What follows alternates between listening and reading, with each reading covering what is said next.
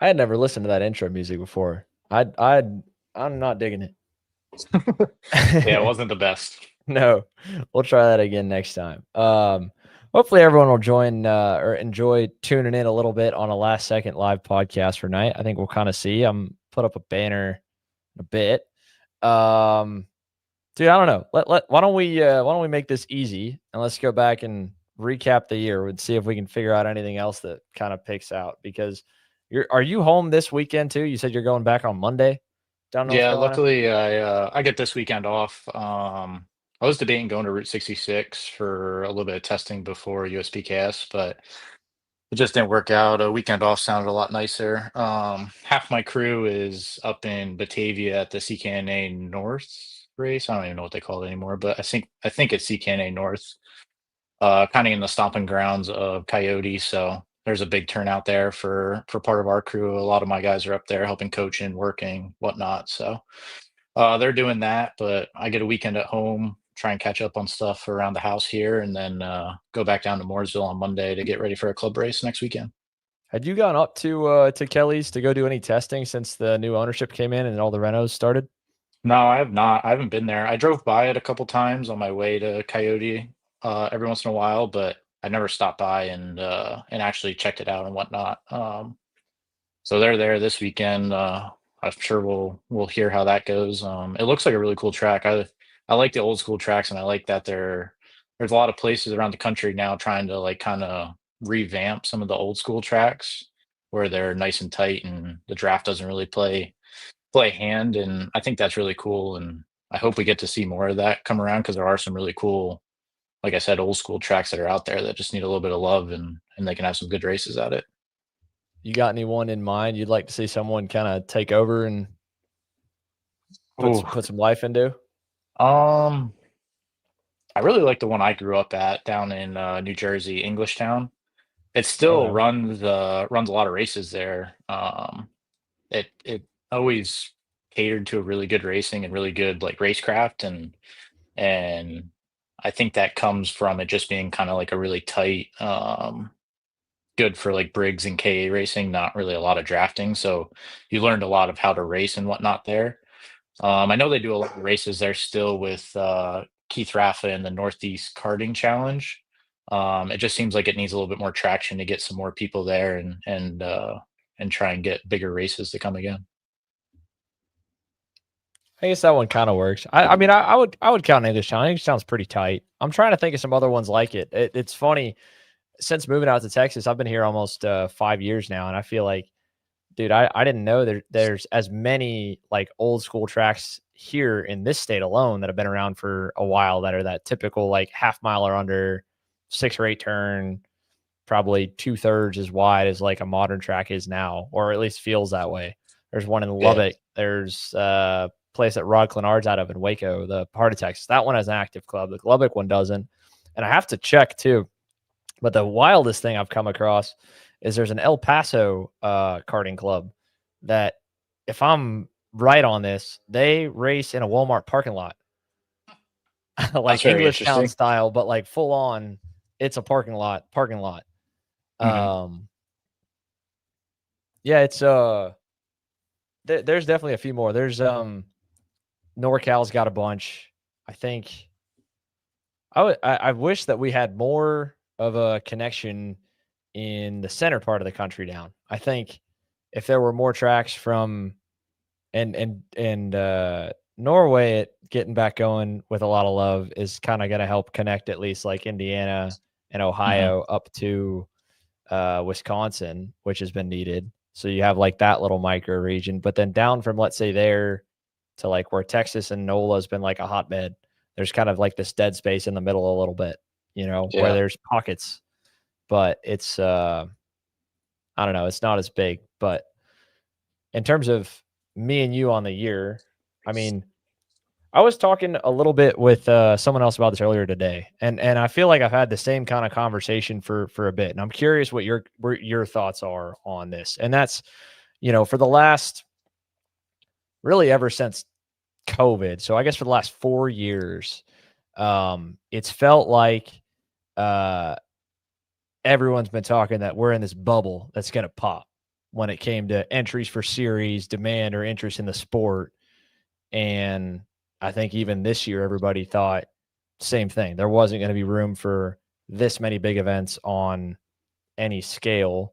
And outside of a couple anomalies, I don't think anyone's seen that bubble burst. At like, do you think we're still in a bubble from where you're sitting, or is this just kind of the new normal with this number of events, how long they are, and how many they are?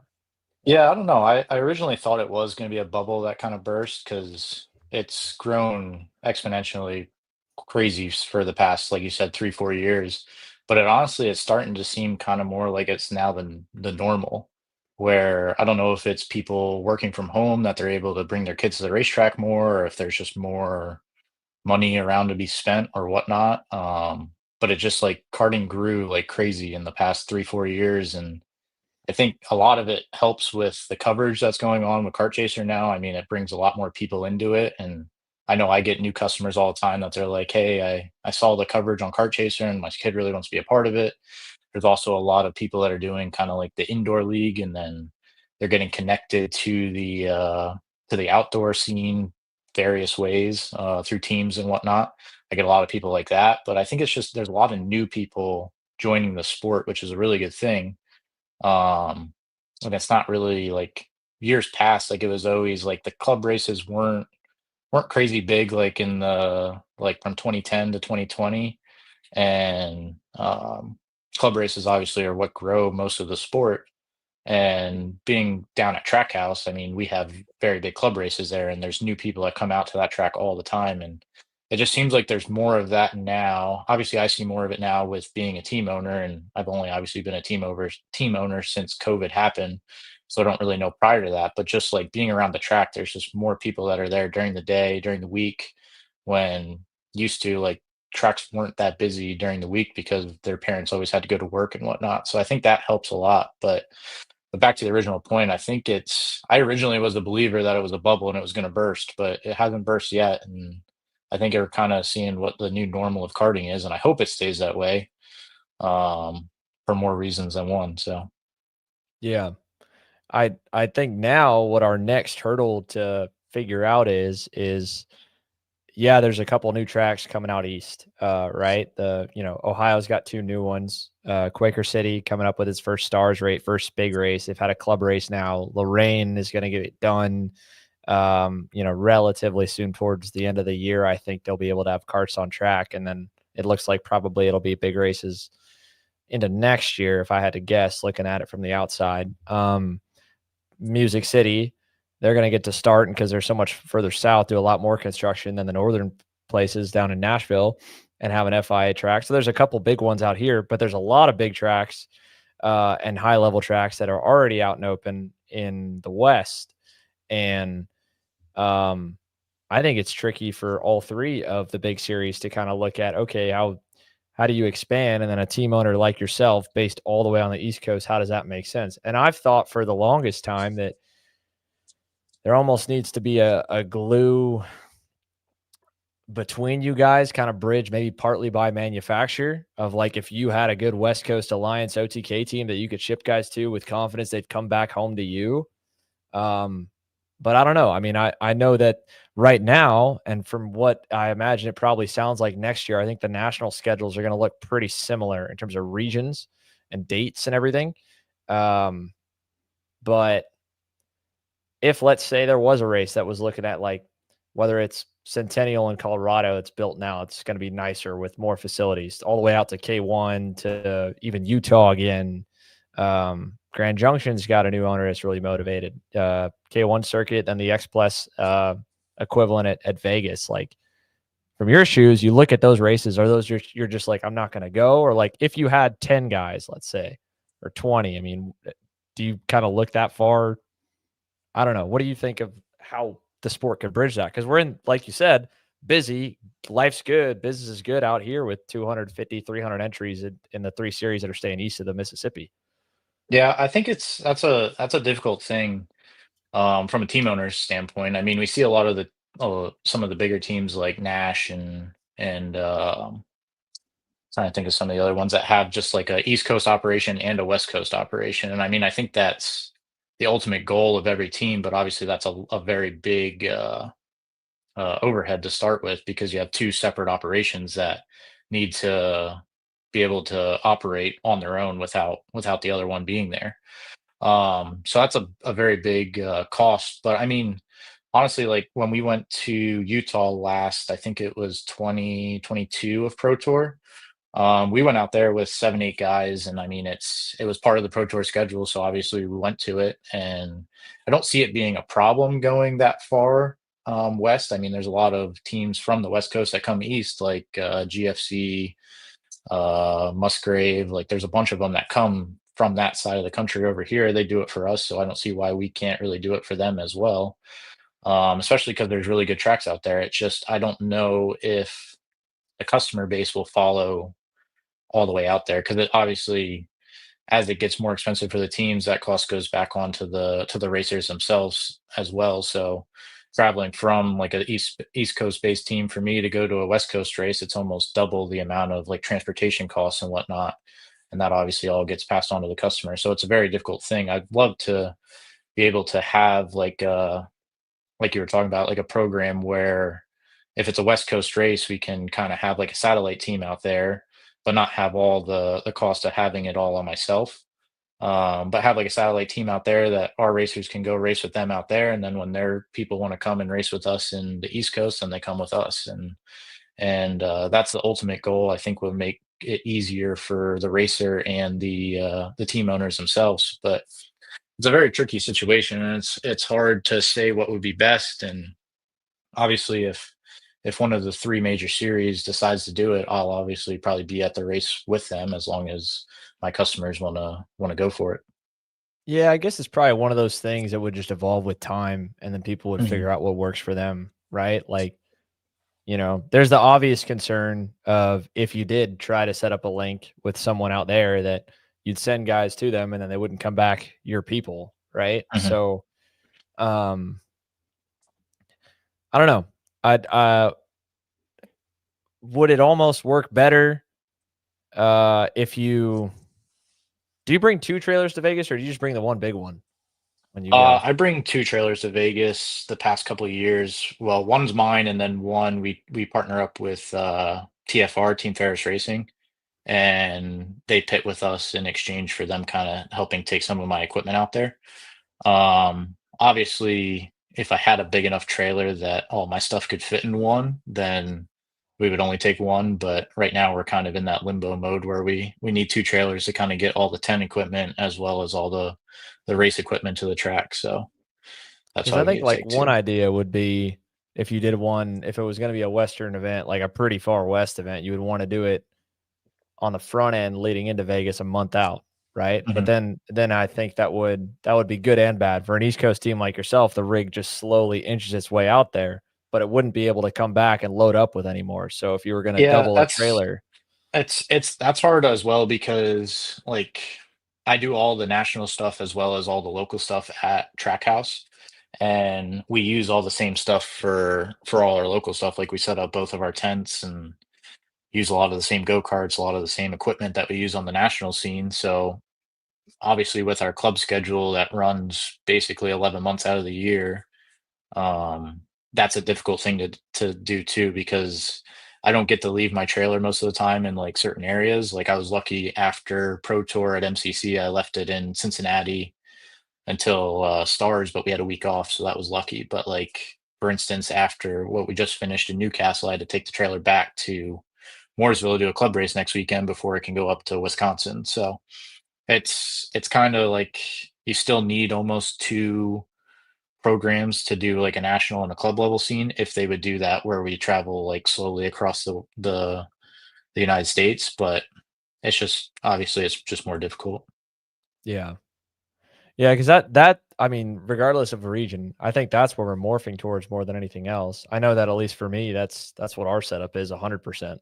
We have a Mhm. setup that, if it touches a club or a regional race, the main RV and the trailer, right? Like it's almost by accident because it was something just like perfectly along the way. Like I think for it's gonna have maybe I guess 2 or 3 races that it will hit this year. that aren't like on our national tour. Right now is this weekend at Route because we're going to leave it up there. Road America is doing a really nice thing and letting everyone that's bringing their stuff up for Route park for a pretty fair price till PKS. And then after Stars Quaker City, Route is at Norway, and then the week after Summer Nats. And I think I'm going to take the bus over to Norway because it's not that far. And that's, I probably wouldn't have even done that. That's kind of off the path had it not been for the fact that we've also got TSRS down at Crescent that weekend in Fort Worth. So we're at like 1.5 pushing 2 travel setups right now. And at that point, I'll just keep one in the spare, one at TSRS, and then the big rig will just bounce a couple hours extra west and then come back east. But I think that's the next thing. I wish that we could have enough of an impact for how much the sales are going up. I'd love to know like a market study, and I wish our industry did a little better job of it at the very, very top. And saying that maybe is hypocritical. Maybe that's another thing that I need to put on to know like how big our growth is compared to Europe. Because if our growth is as big, it is exponentially bigger than what's happening over across the pond, then I think that we should be getting, you, for example, should be getting more manufacturer support to go and do extra things to kind of keep fanning the flames versus what has been where it doesn't feel like it's changed a ton. Some brands I think have put in a lot of money here, more so over the last couple of years, and then others where it doesn't look to me from the outside in like you guys are getting all the more help, because that's what it takes to run the national rigs for the moto guys, right? Is all the manufacturers that foot the back end of the bill. So yeah. I mean, we definitely we get help, but not like it's not quote unquote sponsorship, I would say, which does make it a little bit more difficult for us, especially because we're crisscrossing the country and whatnot. But um, it comes down to where, like, I always look at it, you have to still do a lot of the grassroots stuff where like you do the club races. So like obviously I wouldn't have to do any of the club races and it would make my life a million times easier. Where I would be able to leave the trailer in certain places, and logistically it would make a lot more sense to get from race to race to race, because the national calendar does actually make very good logistic sense of being able to leave your rig in different areas.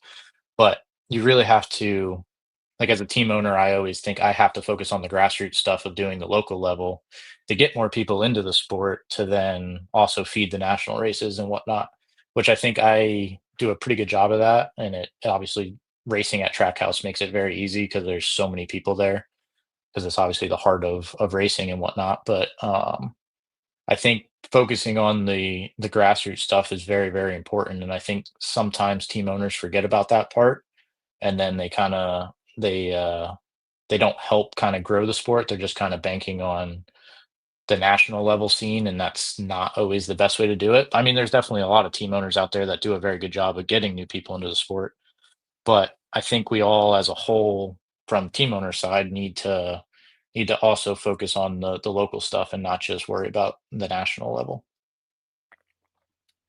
switching gears, I guess talking national level this year, couple big notable changes that I think we're enough into the season that we've seen them play out. At least for me, from watching every session, I know you get to watch a good amount, not nearly as many as I end up watching over the years. But this year, SCUSA started at first because they had their pro tour before the first Stars race. By the time the Stars race rolled around, it's a little bit different because the OKN field isn't maybe as big in total numbers, but allowing guys to run K again and X30 just like PKS did last year. And I was against it because I mean, you and I both have talked at length about it, right? Like the budget to run either or is pretty nominal at this Yeah, it's point. pretty close to the same. It's not a big difference, right? But it's the perceived cost to be competitive that I think is the important number, and that's the hard one to get across, because you could go pit out of a 1992 Ford Ranger with Eddie, and you could go run at the front with a baggy suit, white helmet, scuffed tires all day practice, for all of practice, right? Mhm. And probably one motor, maybe two, maybe one to save fresh with 2 days of testing on it.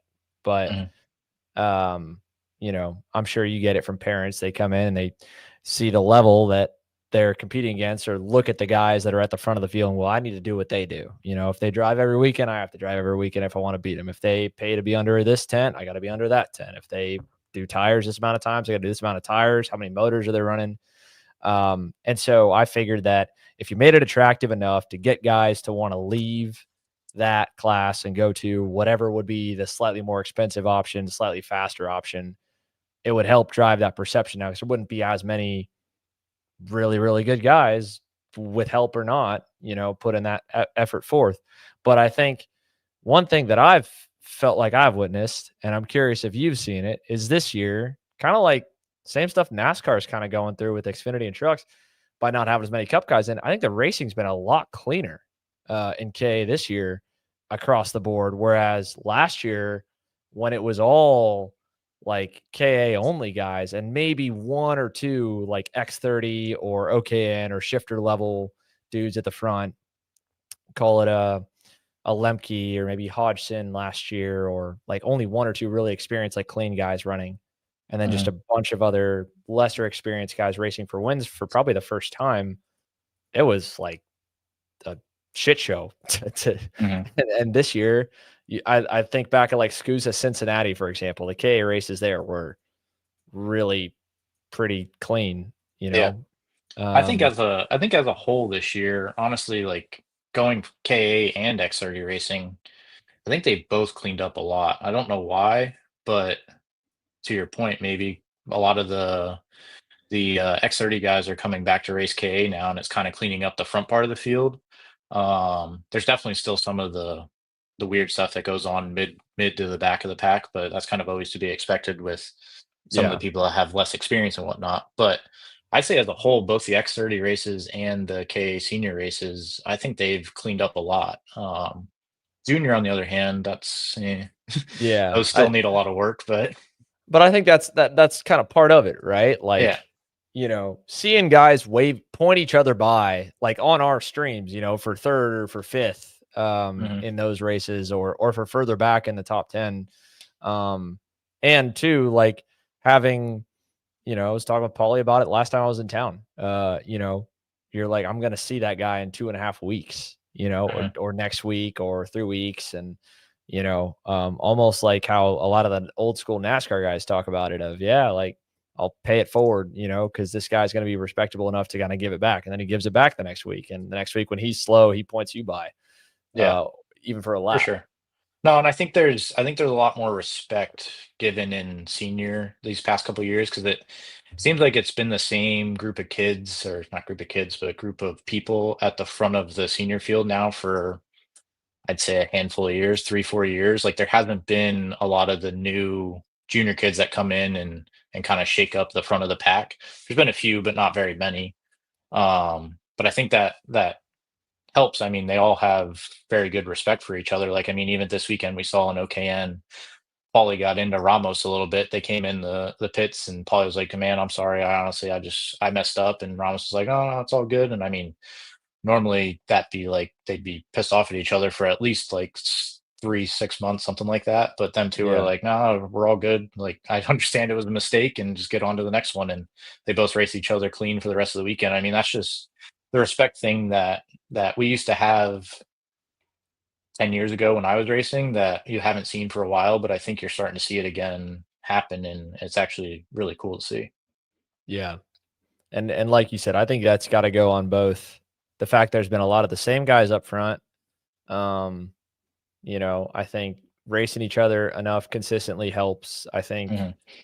And I think it um, helps. I think this is one of the first years that we've seen a lot of the same people across all 3 series, yeah, where I think before there was kinda like a group of people that would run USPKS, a group of people that would run Pro Tour, and a group of people that would run Stars. And you kinda see it's like all the same faces at a lot of the races now, and I think that's also helping because you're racing against the same people. And right. you I mean, you as a driver, you learn how people race, and you learn how you can race against them, and it all comes back to the respect thing, and they all respect each other. They kinda know how each other are going to race. Like, oh, can I lean on this guy a little bit? Can I not? And what's going to be the outcome? Yeah, that was see that too. I never, not that I never thought of it that way, because I think it's as much as I try to pull back on like what it's like to be the guy with the helmet on from a question or conversation point of view, and then come back onto this side, like TV world talks about the drivers that there's like some union, and it's no different. And it's very easy to fall into that crutch almost, that it's all these guys towing the same line together and wanting the same things, that they're all buddy buddy, right? And Hmm. that they all talk all the time, and they Hmm. don't. And I remember I asked AJ about the respect thing. Funny enough, leading into when him and Morgado spun around on top of each other at Orlando this year, Hmm. and he's like, it's not that. He's like, it's just we know which guys we can drive which way, and you just change your approach on a lot of them. Yeah. I mean, is that would you describe it differently like that, of like the same guys you race, let's say the 10 from your last era, or now the same guys, you face against, like the Colin Warrens and the like at CKNA races? I mean, you definitely learn the people. Like, for instance, like I always vividly remember, like I could push a couple people around the track, or there's like someone like I have to push them because if I pass them, they're going to pass me immediately right back. I know I was a driver like that. Like if you pass me, I was probably going to pass you back in the next corner and make you push me. And that's just kind of how I was as a driver. But then there was some people where like I knew like they kind of drove like me, so I would have to push them if we wanted to make up ground to the group in front of us. And you learn from racing them for so long that like they're gonna be easy on you in the brake zone. Like they're not gonna use you as your brakes. Or there's other people where like if they're behind you, you're most likely gonna get hit into the brake zone and they're gonna use you as your brake pedal as well. But it's such different people. There's always different people and different driving styles, and you always have to remember. And it's hard because you race hundreds of different people, but after you get like racing them for 2 3 years, like at the end of my career, I knew a lot of the people. Like I always knew Ryan. I knew how I could race him. Like he always raced me clean, and like if I got underneath him, showed him my nose, most likely he was going to back out of it, get behind me, and then try and battle me back in the next corner. And I always tried to show him the same respect, and I always tried to race people how they raced me, and usually it played out pretty well. And there were a couple people I had problems with, but never nothing too big. Without putting you too much on the spot on the topic of racing, this year, what have been like, I wouldn't say questionable, but like in terms of officiating, or way you've preferred it, I guess. This is always such a hot topic to be put on the spot live on, so I don't want to make you pucker too hard. But like Mm. in terms of talking points in the tent where you've had to almost pull drivers aside and you say, "Hey, we need to race like this because this is how they've been calling it." Mhm. And is there I anything mean, that sticks out? that's a hard one. I mean, the biggest thing, like the biggest gripe I hear is consistency, and it's difficult to kind of like tell your drivers how to race. And I'll never tell my drivers like, hey, you need to go out and race dirty like this, or do this, do that. I always want them to race clean, and try and coach them as much as possible to race as clean as possible. But the biggest thing is like consistency. Like sometimes like you go in to pass somebody and they hang around the outside of you. Like usually you're instructed to kind of use most of the track on exit and kind of like it's your corner at that point. But it seems like there's never like a vivid line of like, hey, if the guy stays on the outside of you and they go off the track, like, hey, that was your fault, or whatnot. Like some series call that penalty, some series don't, and it's a very difficult thing to coach because like when you go to each race, you're like, oh, hey, you need to remember you can't drive like this, you got to drive like this, and then you go to the next weekend, you got to drive like this, not like this. So that's the biggest thing that I think we need to get is consistency across all the series of officiating, which it's very difficult, obviously, because every series uses a different set of officials and whatnot. But it's all basically the same rule set. So I think it should be easier to kind of come up with like, there's obviously a base set of rules, but we need a base set of guidelines of how they officiate things and whatnot. So then you can kind of coach your kids on like, hey, this is what you can do, this is what you can't do. That's the biggest thing. But there's not like one thing in particular where like I can tell my kids to do and they can like get away with or whatnot. But that's the biggest thing What do you I think's think. the right way to write that rule, right? We've talked about that all the way back to the happy hour days of the holding the outside part, and I think we've gotten it halfway, um, in the past. The start of Mhm, the corner to me is simple, and that is if whoever halfway up alongside, so at least like tire past the rear tire, or at least maybe bumper past the rear tire, because that kind of mhm. because of how big the Yeah, bumpers are bumper now. taps the rear tire, I'd say. Yeah. Okay. So bumper past the rear tire in, and then it's at that point you hang on that guy's outside at your own risk. Where I think it gets tricky is when he's got three dudes lined up behind him. Mhm, You see that all the time where okay, this is the passing guy or getting past. Here's the passing guy. He gets halfway alongside. He starts to go, okay, he's clear. He can open up. But there's three more cars lined up, mhm. like nose to tail behind him. And the second or the third guy in line just roots the dude on the outside off. And there's like, where can he go? I Yeah. think I um it's a very tough thing to, one, officiate. I can't even imagine being an official. That's one job at the racetrack I will never want. And then two, it's like it's hard to, because every situation is different, so it's hard to be like, "Hey, this is kinda how you can do it," or what you can do, what you can't do. Because every time you go into a corner, like, is the inside guy out of control? Is the outside guy out of control? Like, how much runoff is there? Oh, there's so many different variables that go into it, but, like, there are some series that don't call that penalty at all, and then there are some series that you make any side-by-side contact, and they call that penalty, and you get a penalty for it. But it's never, obviously, it's never gonna be perfect. I just would like to see a little bit more consistency. yeah. I mean, are there other parts that are kind of way different across the board? I feel like the blocking rules have been pretty um pretty set in stone. I think the Yeah, way that they've been the written. blocking is good with only the one move and whatnot. They've been calling it a lot this year for sure. Seems like more than recent, but I think the officials are getting better at just reviewing the video and stuff like that, which is a good thing because I hate blocking. And um, definitely the one, once they made it the one move, that's for sure good. And they give you that little bit of grace area, which is, or grace, yeah, whatever, which is good. But um, I don't know. It really needs to be, the blocking thing's a very touchy subject because one person can ruin a race for 30 some people and make it a great race for one other person. And it's a very touchy thing that, it's obviously you can't call it all the time like, hey, you can't be out there blocking for whatever place you're in. But just as like a whole in racing, like it just doesn't make sense to me why like some people want to block for like third place and there goes first and second. They're gone and you have no chance of battling for that position with only like 5 laps into the race or whatnot. But that's something, obviously the officials, there's nothing they can do about that. But just as like racers and like coaching people, like that just doesn't make sense to me. Oh, it pisses me off. That's when I want like a goon on the racetrack. Like from the hockey movie, like the Yeah, dude they send on the ice to go and like bludgeon the other team's like good player. Like yeah. that's when we need someone that doesn't care that they get pushback penalties and isn't in the running for championships and like everyone like contributes to their entry fees so that Yeah, way they just can keep showing up. Just just whenever to they take, find the blocker, like, all right, let this guy go. He'll go clean him out. yeah.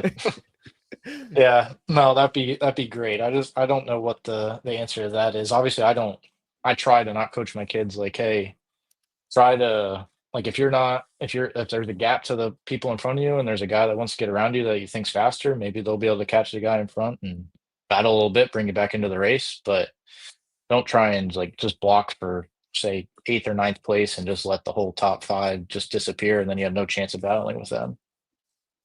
Yeah. I mean that's why I'm with you. I'm happy in the regard that I think more and more series are getting really efficient with their video system. I mean even USPKS having Blake work that the first time we helped him a bit where we could. I know Mark wants us to help more, but like you, we're pretty slammed.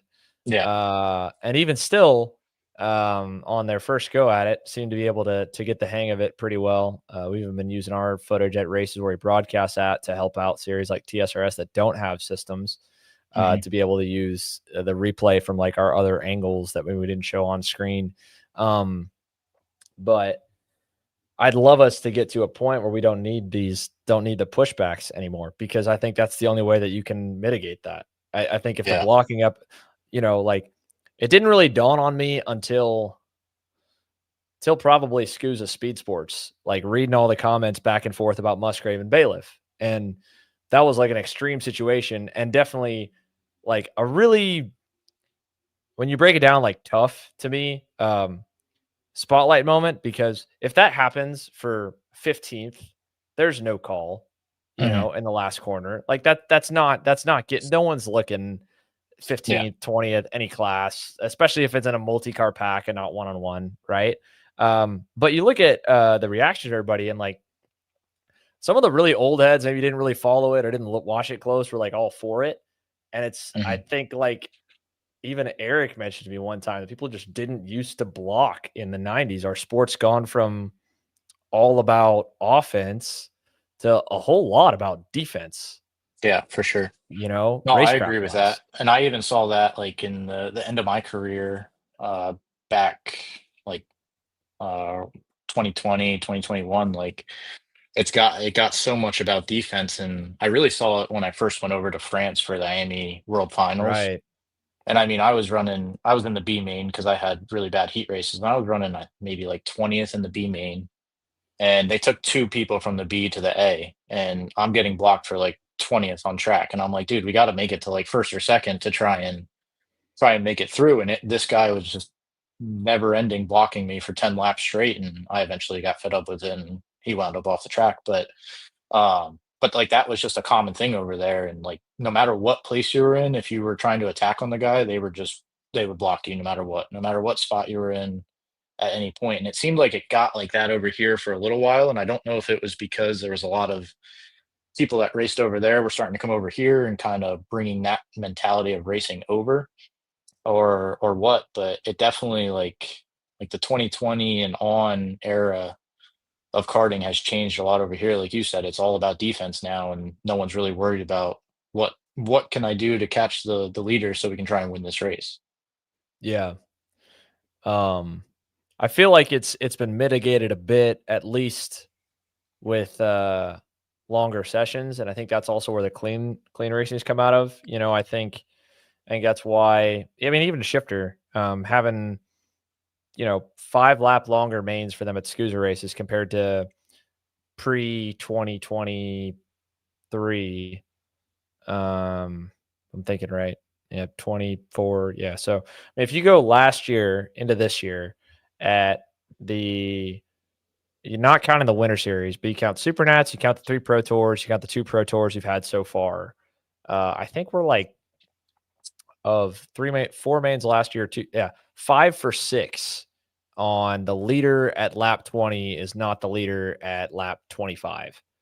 And adding that extra 5 laps, I don't know what it does, because I haven't raced on the new compound yellows for an extra 5 laps on them. But from the outside, it looks like they are just roasting. Like they're like on the peak of about to go when the mains were ending, and now that they go a little bit longer for that class and X30 last year, and it seems like it's taken out that blocking that you see in the European KZ races, like really early on, where the leader is just gone, and then it holds. And I don't know. I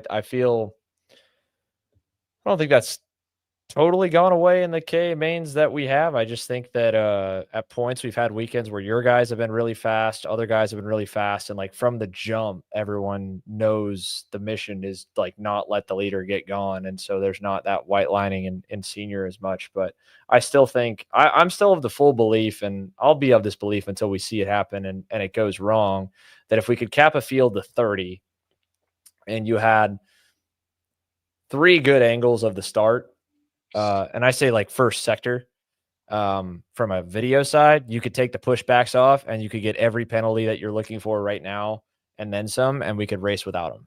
Yeah. That's the only reason, like, I hate the pushbacks once you get into the race, but they have for sure done their job on the starts of the race. Like, I remember back when we didn't before we had pushbacks, like you would especially at Supernats, you'd go into turn one and be like, well, I hope I make it. Yeah, you're And because just you had no idea. But now it's like every race we go to, like if there's 10 starts on the day or whatnot, whatever it is, if there's 10 starts on the day,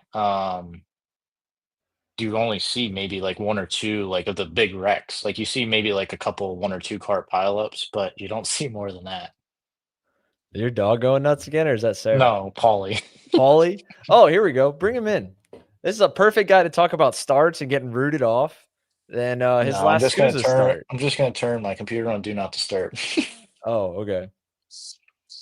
He's You're who perfect. knows what he's doing. But yeah, no, Yeah. like I was saying, the starts definitely got cleaned up by the pushbacks in my opinion. But after that, like it's hard to say because like without the pushbacks, you'll see stuff like we saw at speed sports where people are kind of moving people for the win in the last corner, but it's hard because like if someone's blocking, some people view it as yeah, that's okay to do, and some people don't view it as that. But I don't know. It would bring a different level of racecraft to the table. But the problem is my biggest gripe is the full width rear bumper that we have now. Like I remember I grew up racing with just the one little bar that went between the frame rails.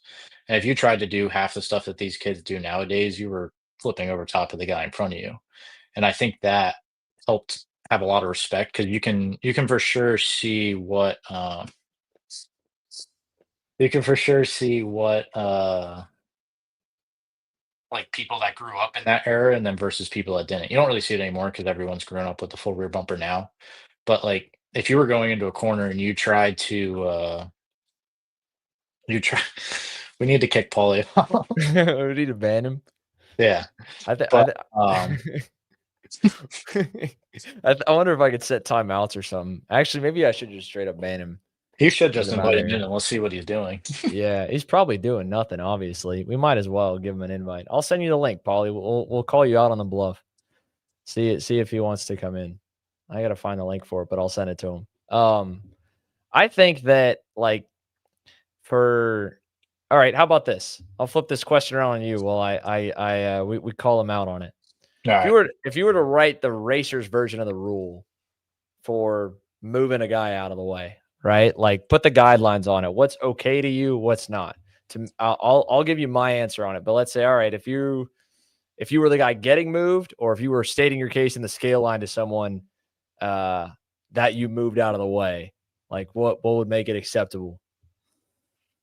Am I going first or are you? You go. I'm sending Paulie the link here, and we're calling him out and seeing if he's going to join. Well, so like moving someone out of the way, I think as long as you don't if you move them and you they only lose the one spot to you, that's okay. I mean, if you move someone and you put them into the wall and whatnot, that's a completely different story. But if they're blocking and like you shove them up the track a little bit, you do it kind of like how Bailiff did do it in the last corner. Like he did, like if you're going to move somebody, he kind of moved him in the perfect way possible. He moved him just enough that to get underneath him and kind of have a drag race off the corner, but he didn't move him enough to push him off the track and whatnot. In my opinion, like if that's going to be how a rule set is, that's kind of how you need to go off of. Where you move them just enough to get underneath them and kind of race them to the next corner, that's fine. But if you move them enough to push them completely off the track, then that's kind of where the it's a no-go area.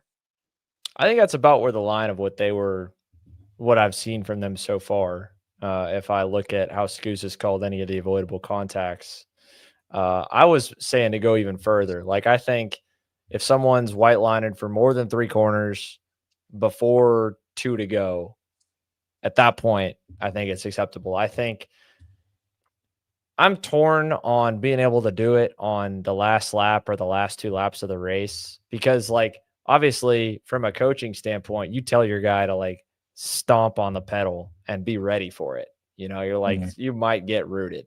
So, white line, hold the brake hard. They're going to try and hit you. Don't get moved off the lane.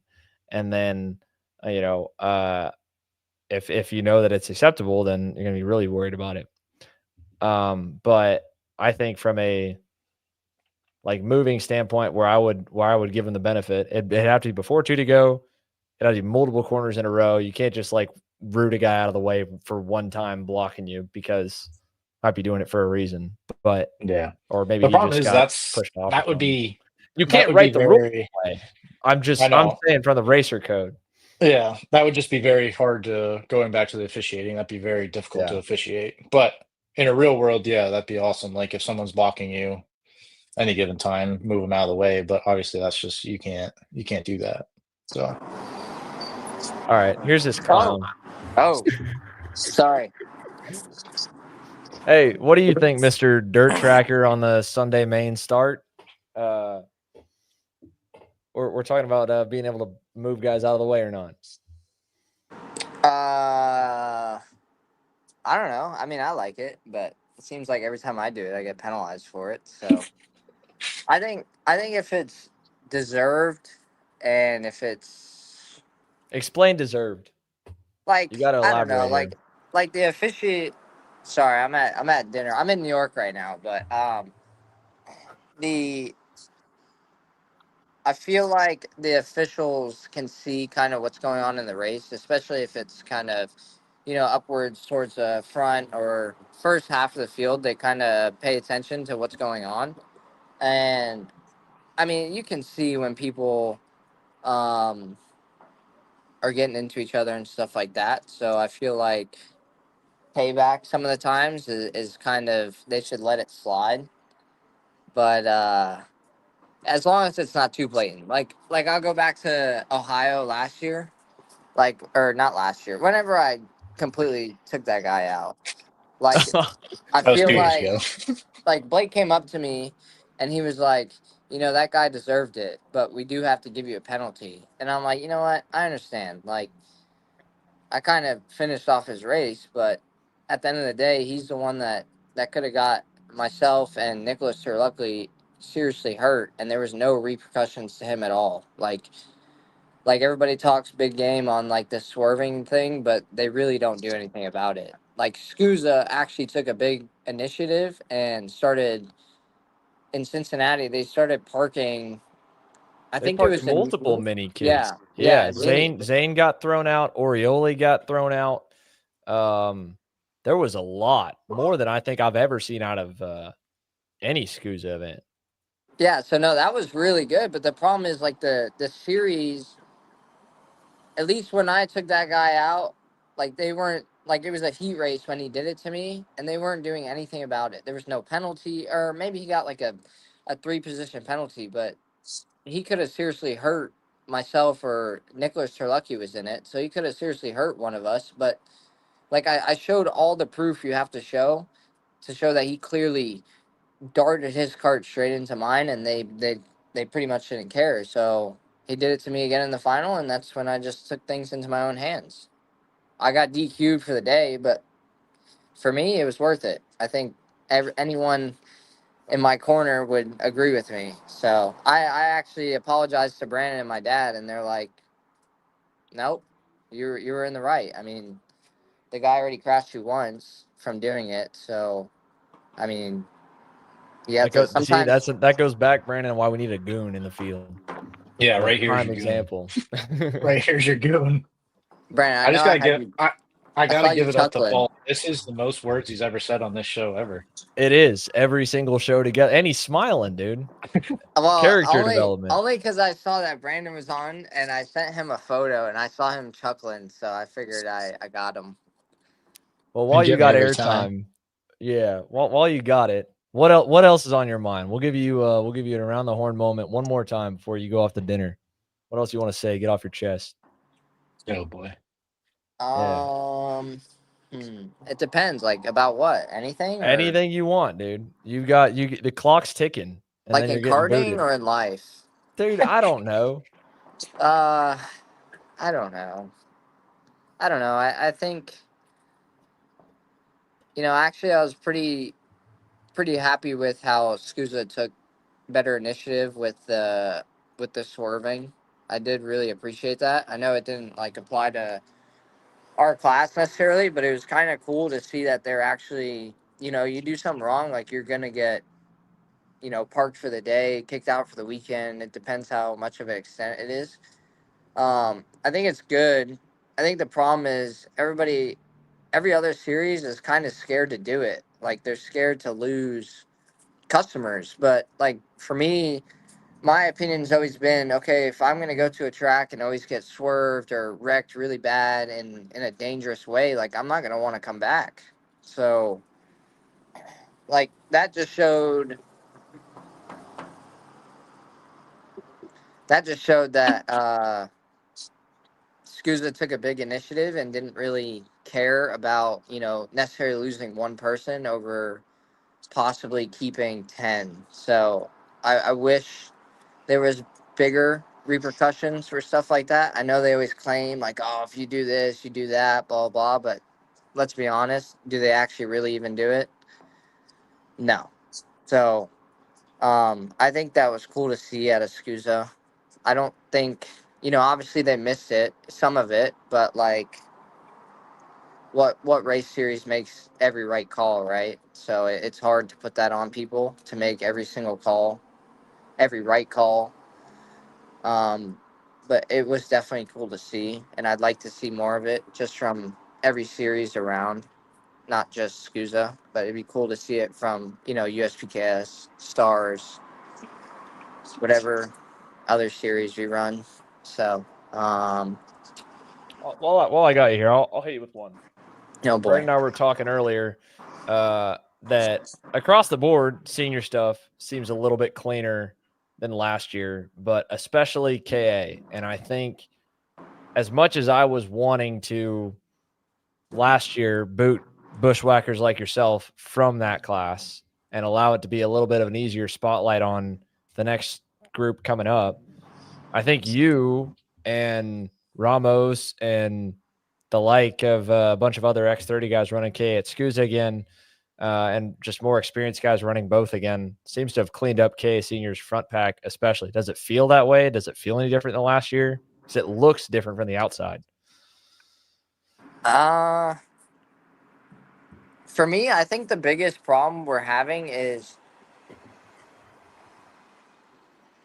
sorry, there was cars going by, but I think the biggest problem we're having is the lack of respect for people. Like I feel like when I have a hard battle and clean, it's always with someone that I respect and they respect me. I think that's the biggest problem we're running into. Like earlier this year, I was having some problems with junior kids moving up.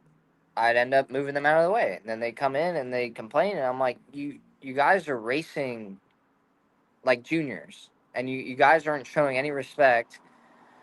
Not that, I'm not expecting you to, leave the door wide open and let any of us, go by, but we expect to be raced hard and clean. And I think that's the better understanding is like a lot of these front guys in, K and X30, they all respect each other. So they all have a better understanding of how each and one of us race. And, if you show mercy, they will as well. And,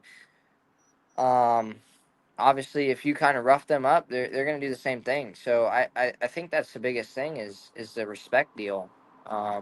It seems like showing respect is the way to go. I know kind of when I first moved to senior, I was all over the place. I mean, for the longest time, I was all over the place, but I was getting the same thing back to me. Like I would show disrespect and I get crashed, I get moved. So, but once you start learning that respect, I feel like the racing's a lot cleaner. Like me and Ramos are super respectful towards each other. Obviously James and I, even Hodgson and I, like Garrison, Norberg, like all these guys, we all have a pretty good respect for each other, I feel. So that's why I feel like the racing's pretty clean. I feel like the only time you don't is kind of when somebody comes in and um, they pull wrong moves, and I feel like that triggers everyone in the field, if that makes sense. Well, for an interruption, I think you've actually been pretty respectful, and you just I know, doubled I'm your word amazed. count. I'm Yeah, amazed. yeah. How about James that? says your chicken tenders are ready, Polly. I Yeah, didn't we'll get let you chicken go, dude. tenders. I got chicken wings. But um, yeah, that's all. I don't know. I feel like the racing actually has been a lot cleaner lately. Just all around. If you look through the whole field, I feel like, like off of turn one, there's not as many people wrecking, especially like in KA where you would see a lot of carnage. I feel like you see a lot less now. So I think that's really good. But I truly, for me, it goes back to the respect deal. Somebody's always willing to give you a little bit, especially in the beginning of a race, if they have respect for you. Obviously, end of the race, 2 laps to go, hands off, no problem. But it seems like that's the way. Um, but I don't know. I just want equal rights and equal fights. That's it. As far as like the officiating, but like I know we're never gonna get that. There's always gonna be missed things, but it seems like sometimes you're always on the wrong foot of it. So that's all. Yeah, I mean, dude, it's I think this year my guys and girls are getting probably a taste of it even more than normal. With how long our days have been, and I mean, the days definitely are not getting any shorter at any of these events. I think what's probably the most understated part of it all. Hell, I mean, look at the three of us, right? Or Brandon and I. We're an hour into this, and staying fully focused and like as lasered in as we were in the first 10 minutes, 15 minutes is already tough enough. Um, whether you're in the video room, on the track, flagging anything, to ask what we ask out of people to be like as good as they like consistency, not missing stuff is really, really tough when you're out there from 8 a.m. to 6:30, 6. I mean, I don't know of a lot of days this year that don't really run that late. The only ones that really don't are because they did a really long day the day before. So your crew's still kind of already burnt a little bit. It's hard not to let your mind wander too when you get to dead classes in between and then like kind of dial back in when you get a full grid. So I think that's tough. And I think to me, it just comes down to field sizes. One tip of the cap I always will give to stars is they're hard about the 40, and it never goes above it, no matter what. With the way the B pre-final is, and the cut line goes deep enough, I think it makes it easier. But Brandon and I were talking. I was probably still bend up him on after you go back in for dinner about more uniformity on like a general understanding. For example, uh, you know, the holding the outside or the outside guy's a dead man or whatever. It's one thing that you say to your driver that you're coaching them and you're like, never put yourself in that spot where you can get driven off. But from writing the rule, Newcastle's a going backwards is especially like killer for the outside guy because most of the corners aren't designed with that extra curb in the right spot. So they end up dropping a wheel. It's one thing to be on the outside when you're side by side, it's just the two of you. But then when there's three guys lined up behind the inside car and the second in line and the third in line wants to go and the fourth in line wants to go and then they don't back out and they'll run the passing guy off. I saw a lot of that this weekend. I don't know if I saw too many head to head push the guy off and no penalty or anything. But that level of uniformity going back to the series seems to be listening to the teams too this year. At least it feels like it looks like they're trying to take some more input and get more to a middle ground. Yeah, I definitely think so. It seems like this year's definitely been the best all around between every series as far as listening to the feedback, and making some better calls. I mean, like you said, the days are long. Trust me, I know. Like if I'm out coaching someone all day, like it's hard to get unfocused, and so I totally understand that.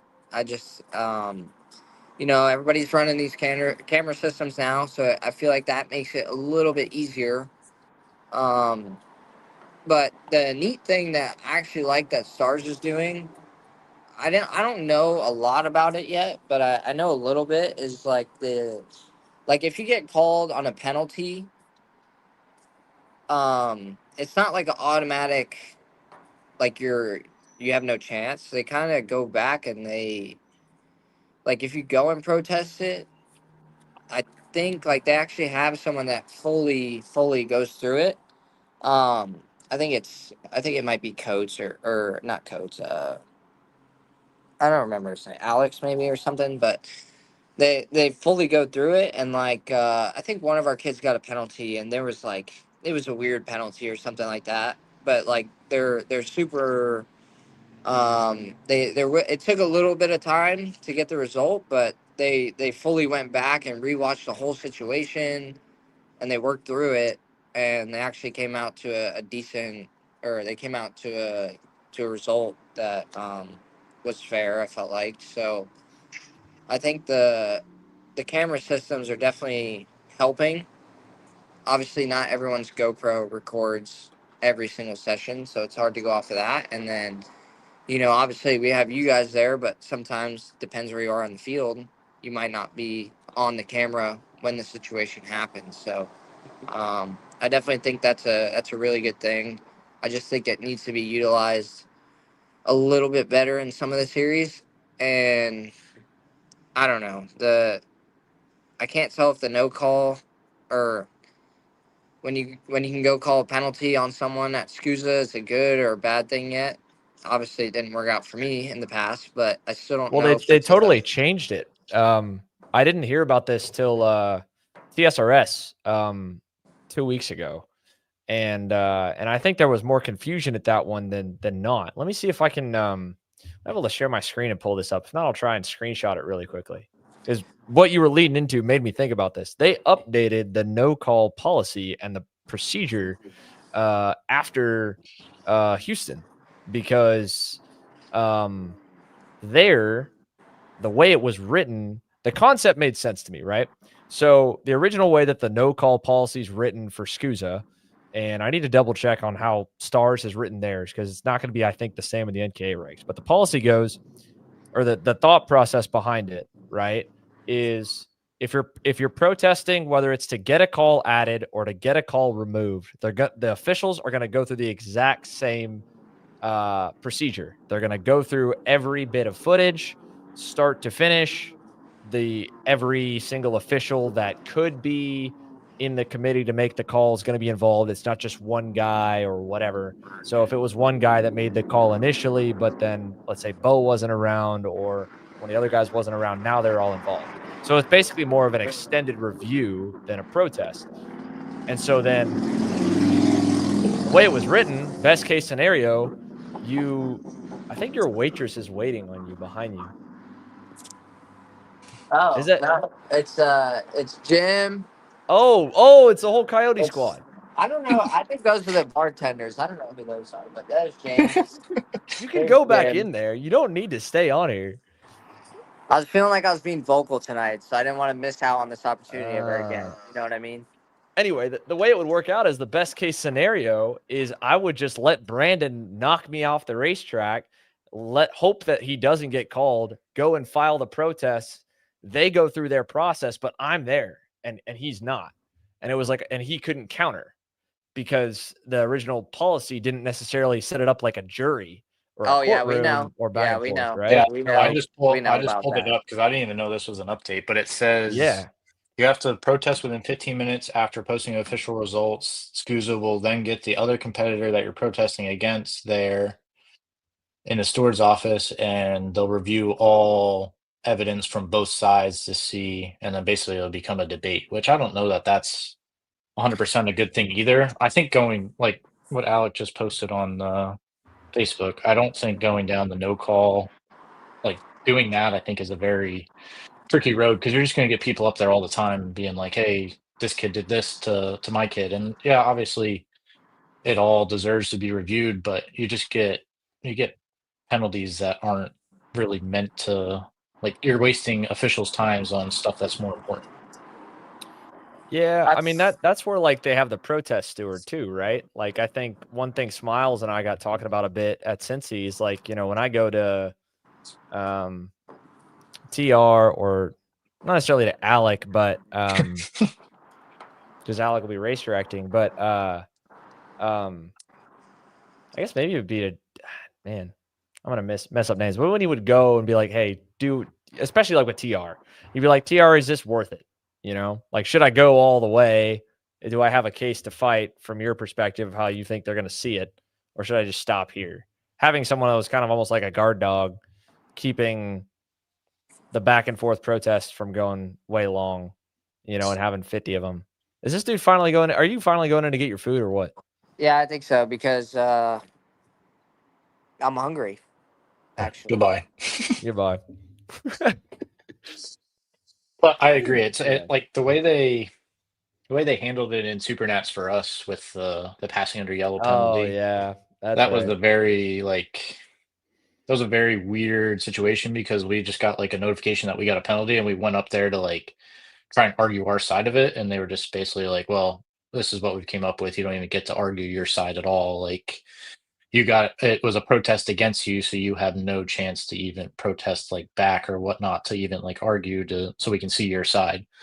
So I think that was definitely the wrong way to handle it. If you're going to go down the non-call, I like the way they're doing it now, but I don't think it's a very good road to go down, in my opinion. Yeah, I mean, Alex, right? It's tricky. Because yeah, you could end up there at the track for a hot minute, going back and forth. And especially here, like in Europe, where they kick the parent out the tent, and the only person that's allowed to go into the protest room is like your entrant, right? Mhm. At FIA events. So like, you know, when it's the Rotax Grand Finals, it's Stefani or, you know, one of the J's from, you know, J3 that would be for the entire Team USA because they'd be the entrant for you. So that's the person that is the only one allowed to go in to talk to the stewards, deal with your protests, and like fight on behalf of you, almost like a lawyer. Yeah. And you can't do that at our races because even though they're more team dependent, you still do have independence. And yeah, it's too hard to do that. There's no way you'd be able to do that. Yeah, I do like the idea of it because, like, I always send Smiles, my data coach, to go argue all the penalties because he's good with the race directors. He knows all of them very well. Like, obviously, he's been doing it forever.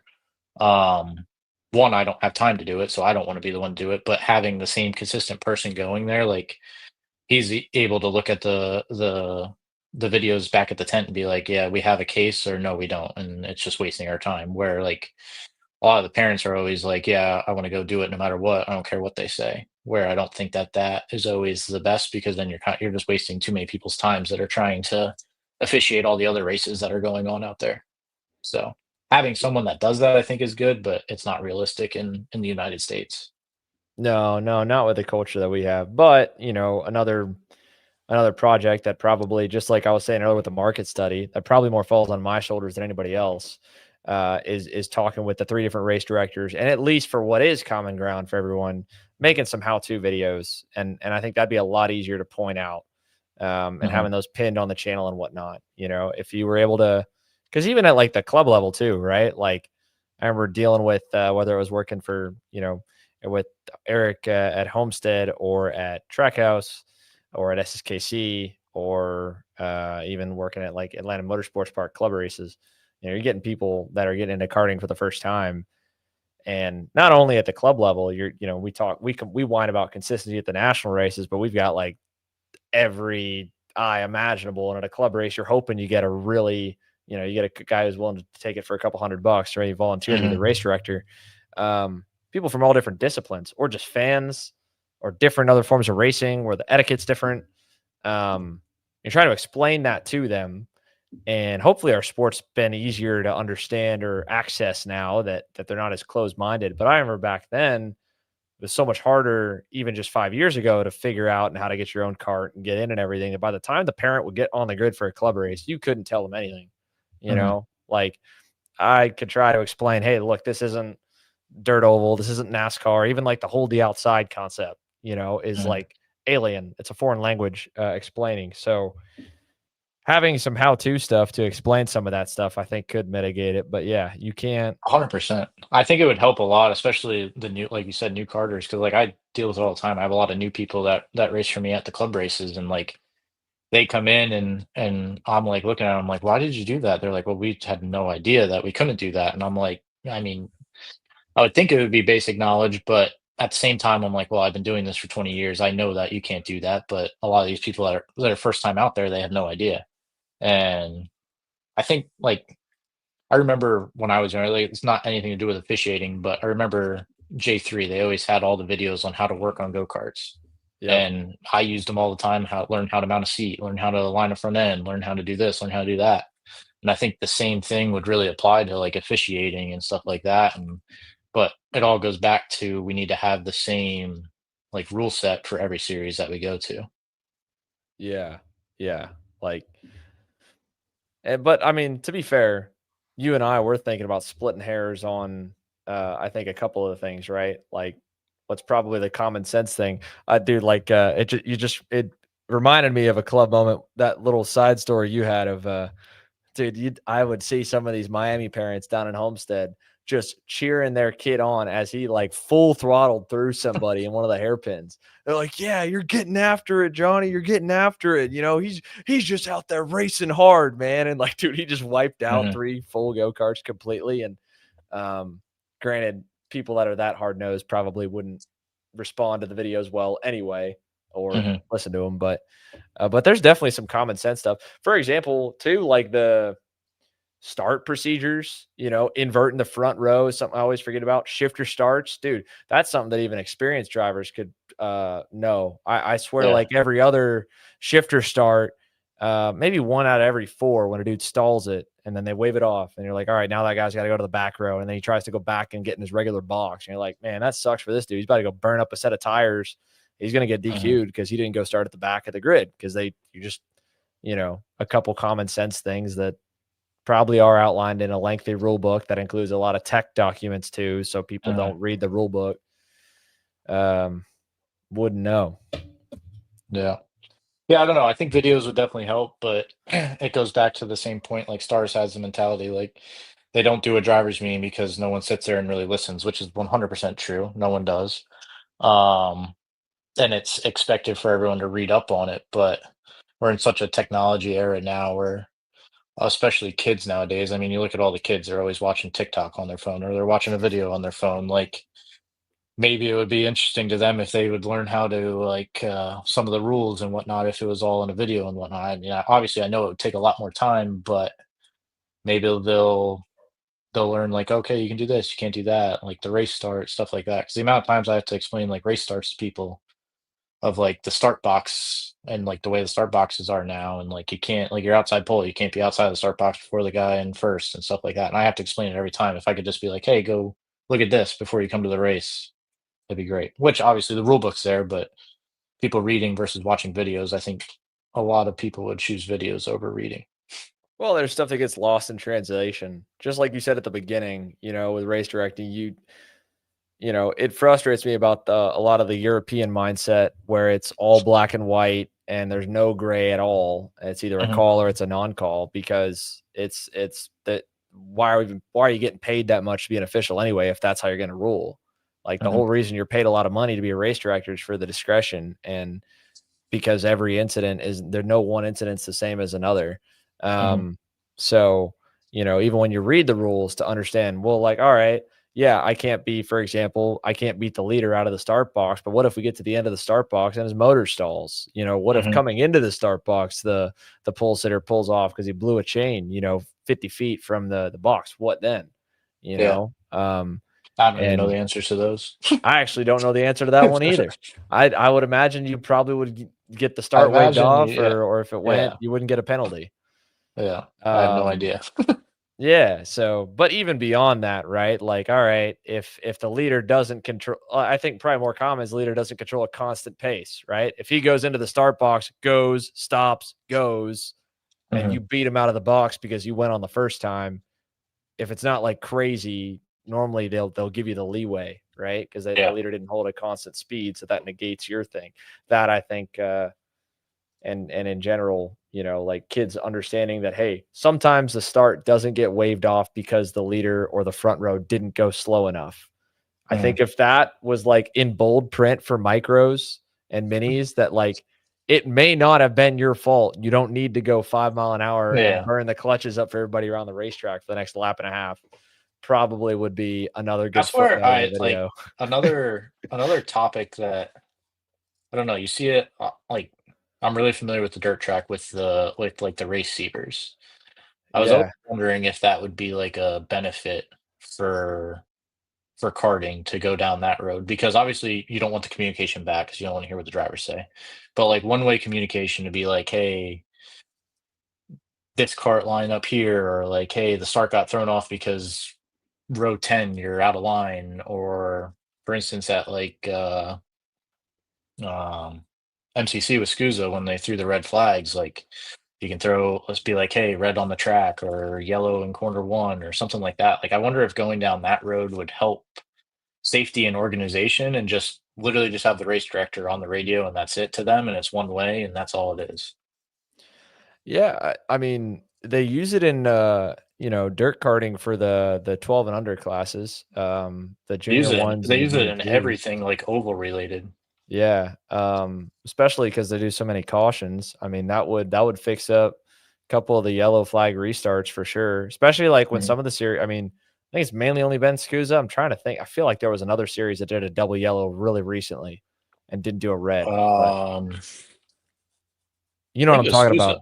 Yeah. Maybe it was Scusa that did a double It was yellow again. Scusa at it was at What you Texas.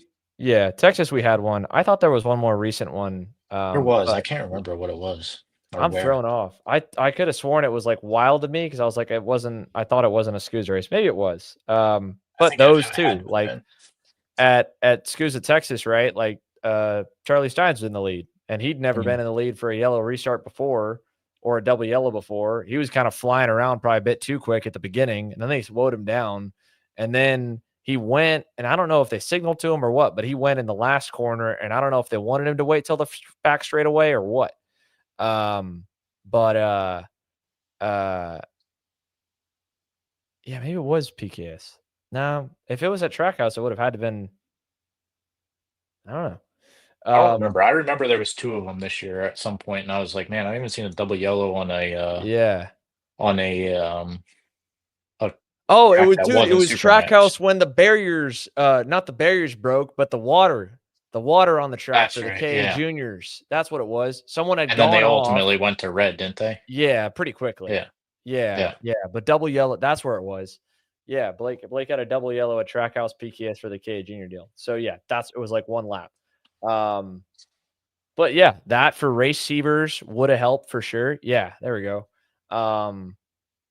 It would also, I mean, AirPods are only getting smaller, right? Like it would definitely take out like how far away are we from officials having to like check the kids' ears when they come off the racetrack to make sure they're not doing radios, you know? Like, Yeah. I mean, It's dude, crazy. It does work because I had to do this was 8, 9 years ago when I still worked for Eric. He made me do a long day of testing on a motor, and I had to put like 8 hours on a motor in a day. And I wore AirPods the whole time listening to yeah, music. And you could definitely do it. I don't think you could talk back to people, but you could definitely listen to what people say. But let's hope that never comes to that. But I think the receiver thing would be a good thing. I don't see how it could be a negative in any way to just help organize everything when stuff is disorganized chaos sometimes. it would be a lot easier. It'd also be I mean, they're pretty cheap now too, you know, and you put on whatever earbuds you want. You make sure you secure it in your suit. Hell, for the kids, you can just clip it to the or the chest protectors.